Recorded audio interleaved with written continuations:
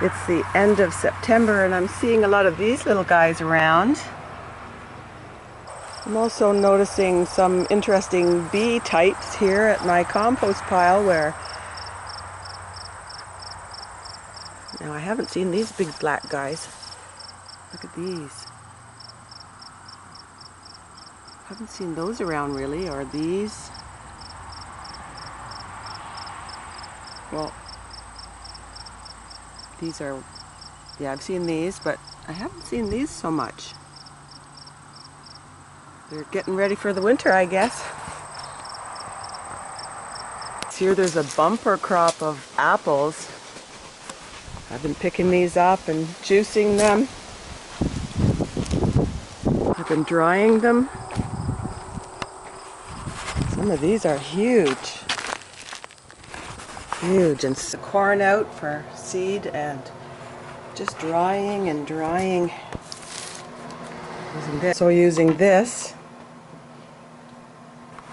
The apples, it's hard to keep up with them, but I got this much in a jar. I'll just let that do a wild ferment. Ferment, yeah, I guess that's what it's called. And then once it's done that, I will put the airlock on. I've been using my electric juicer for these because I couldn't get a line on a apple press this time. I haven't tried this wine, this grape wine yet. There's still a little bit of bubbling going on with the airlock. And this is pear. I will have to use this non-metallic sieve to extract the juice from the pear to maybe make beginnings of an understanding to make pear schnapps, perhaps. This will be apple cider before it's apple cider vinegar. I might snag some apple cider on the way to all the apple cider vinegar that I use in the year. I'm going to do another jar, or another 5-gallon bottle of apples. There's so many, it's hard to keep up with this year. I've also been drying the pears, and they're just like beautiful candy. The children would love it. Taking these dried peas for my pea seed. Here are the shelling peas, all dried up, ready to husk. These are my first successful beet seeds. I'll see if they're successful once I plant them next year. Pretty sure these are parsnip seeds. Got some hollyhock, pink hollyhock, green pepper, that's jalapeno. The rosehip seeds, rosehip. I'll go show you the rosehips. I'm digging up the potatoes. There's some more, and I have another whole row down here. And drying them on the floor, letting them dry at room temperature on the floor to cure them and putting them in the root cellar. The seeds and the bigger one. Look at these rose hips. There's a whole thicket. They're just spread. I originally planted them here as an animal barrier to protect from deer and stuff, to protect the orchard, which is back here. I planted the orchard on swales that I dug by hand back when I had the energy. Looks like these are onion seeds ready to collect. I've been covering the beans just because I put the beans in late, just to give them some extra time. Temperatures have been going down to about 3 at night, and I always cover them when they get down to about 5 or 3. These needed extra time. Like again, I planted them late, but I'll be pulling them today because we're going to get a lot of rain and they're dry today. It's a dry day. But the rain will be a problem if I don't get them out now and put them inside. Beets will be okay though. I've been eating away at the cabbage, and the cabbages should be okay. Carrots will be fine. Kale should be okay with the frost. The Brussels sprouts are forming.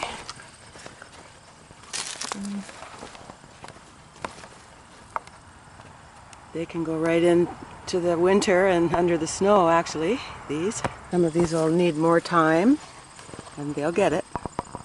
I've taken most of the tomatoes. There are still these. This is one that planted itself, and it's still green, could be used.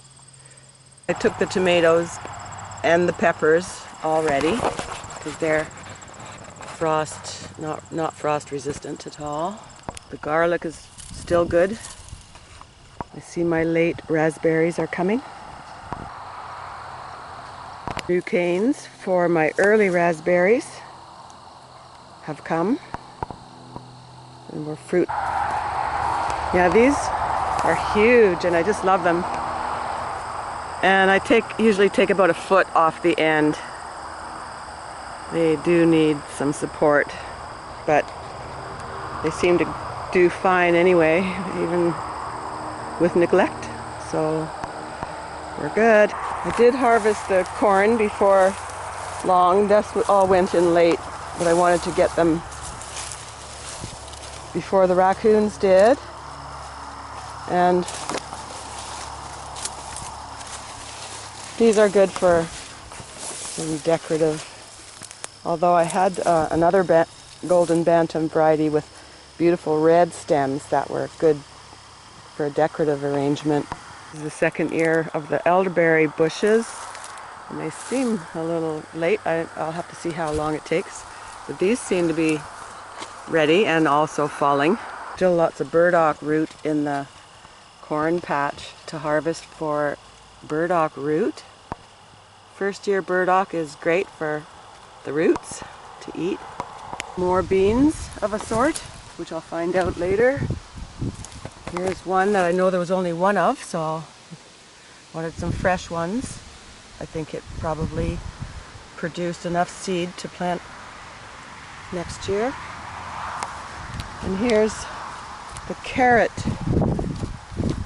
seeds. I planted the carrot out for the second year to produce seed, and hopefully it didn't cross too much with the Queen Anne's lace in the area. I did my best, but you can't keep them all down. I bought these plants thinking they were parsley, but they're coriander.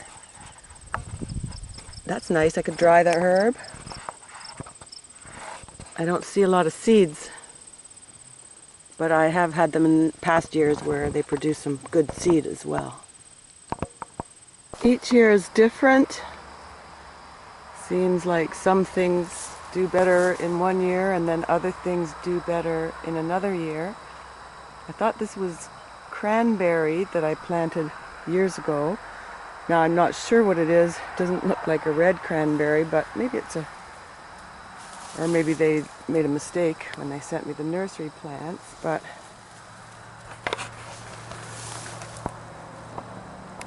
a little kind of mushroom or something down here, moss. But this year was particularly a good apple year, so yeah, very much harvesting the apples as much as I can, as much as humanly possible. Let the late planted salad mix go. I could probably harvest some of this. This is some of them I could get the seed. Here's a turnip that went in late. Not big on turnip, not a big turnip year. I did get some radishes in, just a couple, just some here, but I'm hoping that they might produce seed, but if not, I will try again another year. To harvest the beet seeds, but there's some fresh beet seeds still growing in the garden here. You can see what they look like as a seed plant when you plant them out for the second year.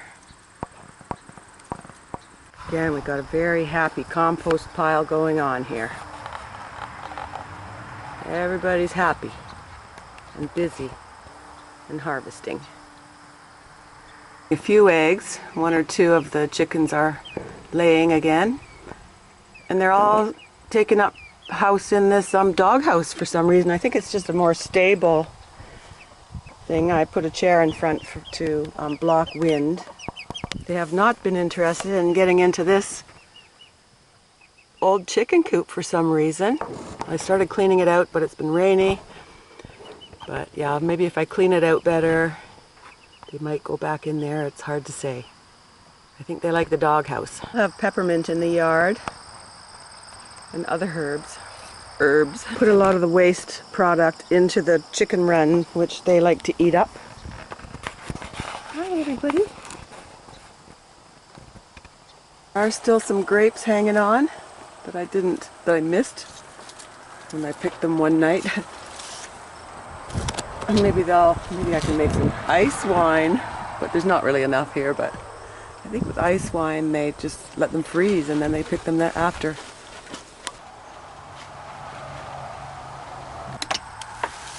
So in the shed here I have some of the beans I've already harvested, but these are beans from last year that I never did get to, but I'm getting to them. I've created a space on the floor in the house that I'll put these in a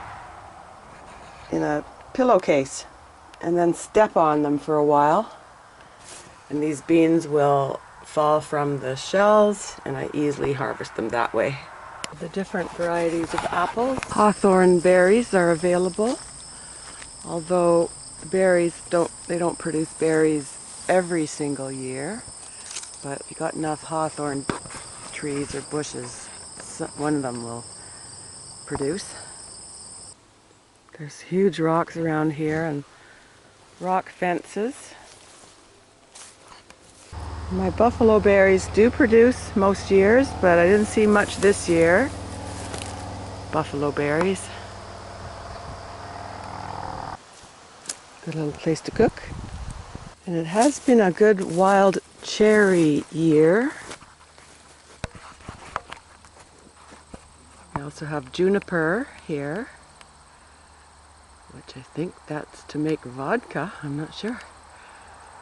The wild cherries are pretty much gone now, but in the past I've been able to successfully make wild cherry wine with no need to buy any ingredients from the store.